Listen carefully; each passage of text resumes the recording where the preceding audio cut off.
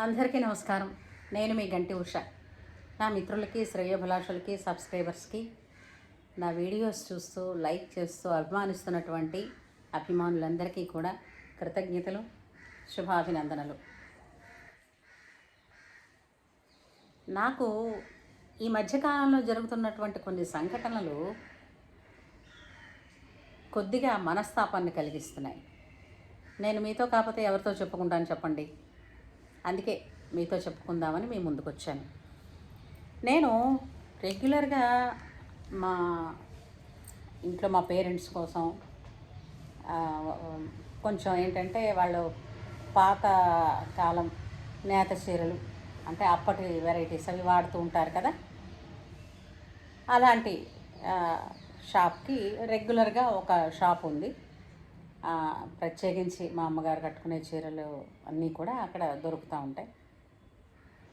ఆ షాపుకి వెళ్ళి తీసుకొస్తూ ఉంటాం. ఆ విధంగా ఇప్పుడు రెగ్యులర్గా కొన్ని షాపులకు వెళ్ళేటప్పుడు ఆ షాపుల్లో పనిచేసే వాళ్ళతోటి మనకి స్నేహం కుదురుతుంది. స్నేహం అనే కన్నా ముఖ పరిచయం కాస్త ఎక్కువ ఉంటుంది. స్నేహం అని మనం ఫోన్లు చేసుకుని అట్లాంటివే ఉండవు, కానీ కాకపోతే మాత్రం ముఖ పరిచయం కొంచెం ఎక్కువగా ఉంటుంది. కాబట్టి మనం వెళ్ళగానే వాళ్ళు పలకరిస్తూ ఉంటారు. మనం కూడా వాళ్ళతోటి ఏంటండి ఏం సంగతులని మాట్లాడతాం. అలాగా గత 10-15 ఏళ్ళుగా నాకు ఒక షాప్ తోటి అనుబంధం ఉంది. ఎందుకంటే ప్రత్యేకించి ఈ విధమైనటువంటి నేత చీరలు, కాటన్ చీరలే మా అమ్మగారు, మా అత్తగారు వాళ్ళు వాడేవారు. వాటి కోసం అని చెప్పేసి అక్కడికే వెళ్ళి తీసుకునేవాడు. అక్కడ ఒక ఆమె పరిచయం అయ్యి, ఆమె చాలా కళగా ఉంటారు. ఆవిడ బొట్టు, ఆవిడ సాంప్రదాయపు తీరు అవన్నీ కూడా చాలా కళగా, చాలా గౌరవంగా, చాలా సంప్రదాయబద్ధంగా ఉంటారు. ఆ మధ్యన ఒక దాదాపుగా కొన్ని కారణాల వల్ల దాదాపు 8-10 మాసాలు అయింది నేను ఆ షాపుకి తిరిగి వెళ్ళలేదు. మొన్న ఈ మధ్యన మళ్ళీ ఏదో అవసరం వచ్చి ఒకసారి ఎవరో పెద్దవాళ్ళు వస్తున్నారు, ఆ అమ్మకి ఫ్రెండ్స్ ఎవరో వస్తున్నారు, మరి వాళ్ళు కూడా అలాంటి చీరలు కట్టుకుంటారు కాబట్టి ఆ చీరలు కొని తెచ్చి పెడదాంలే అని చెప్పేసి షాప్కి వెళ్ళినప్పుడు ఆవిడని చూసి నేను షాక్ అయిపోయాను. నాకు మొదట్లో అడుగుదామా మాందామా, అయ్యయ్యో ఏమిటైపోయింది అని చాలా రకాలుగా భయం వేసిందండి. అయితే ఆవిడ దగ్గరికి వెళ్ళిన తర్వాత ఆవిడ మాత్రం క్యాజువల్గానే మాట్లాడుతున్నారు. ఎలా ఉన్నారు మేడం, ఈ మధ్య చాలా కాలం నుంచి మీరు రాలేదు, ఇన్ని మాటలు ఆవిడ మాట్లాడుతున్నారు. మాట్లాడుతుంటే మనకి మనసులో దురద కదండి, ఊరుకోలేం. ఆ చీరలు అవన్నీ చూస్తూ నేను ఆవిడని 2-3 సార్లు అడిగానమ్మా, ఇంట్లో అందరూ కుశలమేనా, ఇంతకీ నాకు ఆ ఆశ్చర్యం ఎందుకు కలిగింది, నేను ఎందుకు బెంగపడ్డాను, నేను ఎందుకు ఇలాంటి ప్రశ్న వేశాను అనేది ఈ పాటికి మీలో అందరికీ అర్థమైపోయి ఉంటుంది. అంత చక్కగా బొట్టు పెట్టుకొని కళగా ఉండే ఆవిడ సడన్గా ఆ రోజున చూసినప్పుడు బొట్టు లేదు. బొట్టు లేకపోవడం చూస్తే సహజంగా మనం ఏమనుకుంటామండి, అయ్యో పాపం ఏమైంది అనుకుంటాం కదా. అలాగా అడగనా మా అన్న అని అనుకుంటూ సంకోచిస్తూ ఉండబట్టలేక, ఇంత చక్కటి మనిషి అయ్యయ్యో ఏం జరిగిందని, అమ్మ మీరు ఇవాళ తొందరలో ఈ షాపుకి రావాలన్న తొందరలో మర్చిపోయారా, లేదంటే మీరు పెట్టుకున్న స్టిక్కర్ ఎక్కడైనా చూడండి, 3 రోజులు ఒకే స్టిక్కర్ పెట్టుకున్నారనుకోండి, దాని వెనకాతల గమ్ అయిపోయి అది ఊడిపడిపోతూ ఉంటుంది, అలా ఊడిపోయిందా అని కొంచెం సాహసమే చేశాను. ఎవరికైనా గబుక్కున్నాలు అడిగితే ఏమనుకుంటారో కానీ పాపం ఈవిడ మా మధ్య ఉన్నటువంటి పరిచయం కన్నా కాస్త ఎక్కువైనటువంటి, పరిచయం కన్నా ఎక్కువ, పెద్ద స్నేహం అని కాదు ఉంది కాబట్టి ఆవిడ ఏంటంది, లేదండి నేను దేవుణ్ణి నమ్ముకున్నానండి. ఒక్కసారి బాధ వేసింది. సరే ఎందుకని అని అడిగాను. అంటే ఏవో సమ్ ప్రాబ్లమ్స్ ఉన్నాయి, వాటన్నిటి కోసం నమ్ముకున్నాను. ఎన్నాళ్ళయింది, 6-7 నెలలైంది. సరే తీరాయా సమస్యలు అని అడిగాను. ఆవిడ మౌనంగా ఒక నిట్టూర్పుతో కూడినటువంటి నవ్వి తలదించుకున్నారు. సరే నేను షాపింగ్ అంతా చేసేసిన తర్వాత ఆవిడని ఒకటి అడిగాను. హిందూ ధర్మశాస్త్రంలో ఇష్టదేవతారాధన చేసుకోవచ్చని ఉంది. ఇది ఎంతమందికి తెలుసు? తెలియక ఇతర మతాల వైపు అది నమ్ముకోండి. నమ్ముకోవడం ఏంటి? నాకు అర్థం. నమ్మకం అంటే ఏంటండి? ఇప్పుడు మీరు ఉన్నారు కదా, అప్పుడు మీరు పుట్టినది ఏదైతే ఉందో ధర్మం, ఆ ధర్మంలో అమ్మని నాన్నని ప్రత్యేకంగా మీరు నమ్మకం పెట్టుకోవాలా? తల్లి తండ్రి అని అంటేనే నమ్మకానికి ప్రతీకలు కదండి. అలాగా భగవంతుడు అంటున్నారే, భగవంతుడికి తెలియదా మీరు ఏ ధర్మంలో పుట్టాలో? సరే పుట్టారు. మీరు దేవుణ్ణి నమ్ముకున్నందుకు ఏం మీకు వచ్చిందో రాలేదో నాకు తెలియదు, కానీ ఇన్నాళ్ళుగా ఒక అత్యంత గౌరవప్రదంగా శుభలక్షణంగా కనిపించేటువంటి మీ మొహంలో ఆ కళ అయితే తప్పిపోయింది అని ఆవిడతో చెప్పి, అయితే ఇంక మీరు నమ్ముకున్నానని అంటున్నారు కదా, ఒకటి, మన డిఎన్ఏని మార్చగలమా? మన తల్లిని తండ్రి ఇప్పుడు ప్రపంచంలో మీరు ఎక్కడ ఉండనండి, మాట వరుసకి మీరు ఎంతమందిని అమ్మ అని పిలవండి, మాట వరుసకి నా తండ్రి వంటి వారు అని మీరు ఎవరినైనా అనండి, కానీ వాళ్ళందరూ నిజమైన తల్లిదండ్రులు కాగలరా? అందుచేత వేలం వెర్రిగా ఏదో నమ్ముకుంటే ఏదో వచ్చేస్తుందండి. ఏమంటే ఒక్క విషయం అయితే నేను చెప్పదలుచుకున్నాను. ఎవరికున్న సమస్య లేని వాళ్ళు లేరంటూ ఎవరూ లేరు. అసలు ఎందుకు వచ్చే సమస్యలు ఒక్కసారి ఆలోచించి చూడండి. మనకి ధర్మంలో ఒక పద్ధతి ఇచ్చింది, జీవన విధానం ఇలా జరిగితే, ఇలా నువ్వు జరుపుకుంటూ వెళితే నీకు హాయిగా ప్రశాంతంగా ఉంటుందిరా అని. మరి అడ్డొస్తే ఏంటవుతుంది? ఎప్పుడైనా వైకలభ్యాలు వస్తే ఏం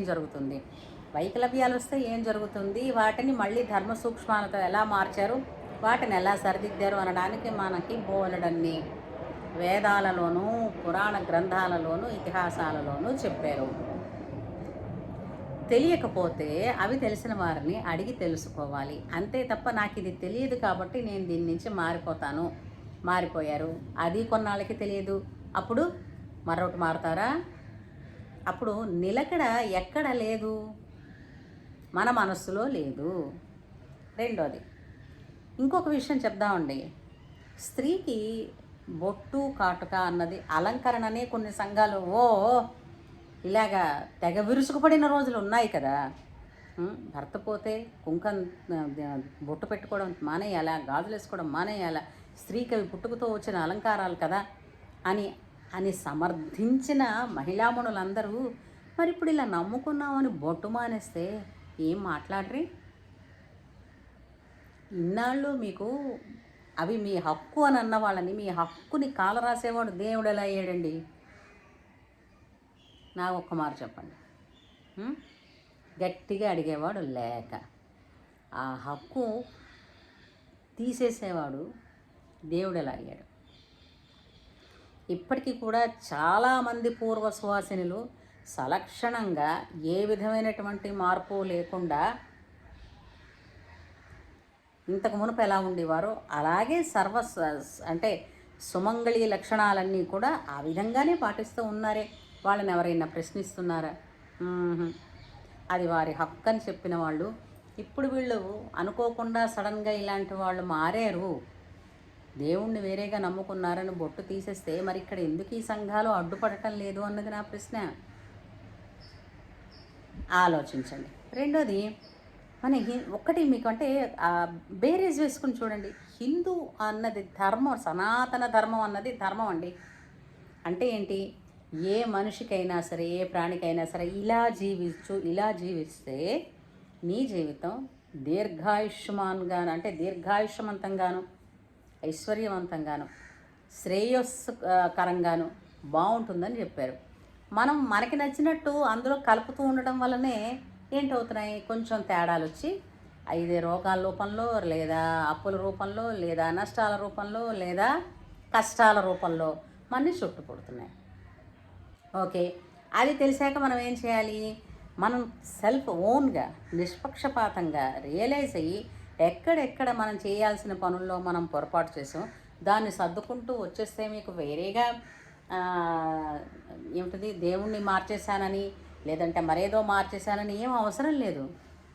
నిన్ను నువ్వు నమ్ముకునే రియలైజ్ అసలు వెనక్కి వెళ్ళి చూడు నువ్వేం చేసావో. అది చెయ్యకుండా నువ్వు ఈ టెంపుల్ కాదని ఆ టెంపుల్, ఆ టెంపుల్ కాదని మరొకరు ఈ రూపం కాదు, ఎన్ని రూపాలకు వెళ్ళినా ప్రయోజనం అయితే ఉండదంట. ప్రయోజనం ఉండదు. మార్పు దీనికి మనకి ఒక ఉదాహరణ, ఒక కథ చెప్తారు. ఒక తాత ఉన్నాడు. ఆ తాతకి కాళ్ళకి అంటే ఆయన వేసుకున్నాడు, ఒక చెప్పులు వేసుకున్నాడు. ఆ చెప్పులకి ఎప్పటిదో ఒక బురద ఏదో మరేదో అంటింది. అది వాసన వస్తుంది. ఆయన ఏం చేస్తున్నాడు, ఇంట్లో నడుస్తున్నాడు, అండ్ వరండాలు చుట్టుపక్కల. ఆయన ఎక్కడికి వెళ్ళినా వాసన వస్తుంది. ఏంటి వాసన వస్తుంది, ఇక్కడ కడగండి అన్నాడు. కడిగారు. ఆయన అక్కడి నుంచి మరో చోటకి వెళ్ళాడు, అక్కడ వాసన వచ్చింది, కడిగారు. అలా తిరుగుతుంటే ఆఖరికి వాళ్ళ చెట్టు మనవడు చెప్పాడు, నాన్న తాతయ్య వాసన నీ వేసుకున్న చెప్పులకి ఉంది, ఆ బాడీ ఏదో అంటుకుని, అవి నువ్వు కడిగితే చాలు, ఇన్ని కడగక్కర్లేదని. అంటే తను చేసిన పొరపాటు ఏదైతే ఉందో దాన్ని దిద్దుకుంటే చాలని కదూ. అలాగా కాకపోతే అనిపిస్తుంది తనకి తాను నేను పొరపాటు చేశానన్నది చెప్పడానికైనా ఒప్పుకోవడానికైనా కష్టమే కావచ్చు. కానీ మీ మనస్సాక్షిగా మీ మనస్సులో మీకు మీరు రియలైజ్ అయిన రోజునండి మీ ఐశ్వర్యం, మీ గౌరవం, మీ శ్రేయస్సు మీ చుట్టూతానే ఉన్నాయి. దీనికోసం ఎవడో ఎక్కడి నుంచో ఊడి పడక్కర్లేదు, దానికోసం మీరేవో కొన్ని మానేయక్కర్లేదు. ఇంకా దానికోసం మీకు ఇష్టం లేకపోయినా కూడా బలవంతంగా మీ సంపాదనలోంచి ఎవరికి లాక్కుపోయే హక్కు అంతకన్నా లేదు. కొంచెం కామన్ సెన్స్ పెట్టి ఆలోచించండి. ఏమంటారు హిందూ బంధువులు? సరే అంటే లైక్ చేయండి. జై శ్రీరామ్. మన ధర్మంలో లేనిదేముందండి పైన ఎక్కడైనా దొరకాలంటే. ఆ మిగిలినవన్నీ ఇక్కడి నుంచి తీసుకెళ్ళినవే. ప్రపంచం అంతా కూడా ఉన్నది సనాతన ధర్మమే. సనాతన ధర్మమే జీవనాన్ని, జీవితాన్ని, జీవన గమ్యాన్ని నిలబెట్టుతుంది. ధర్మో రక్షతి రక్షితః. జై శ్రీరామ్.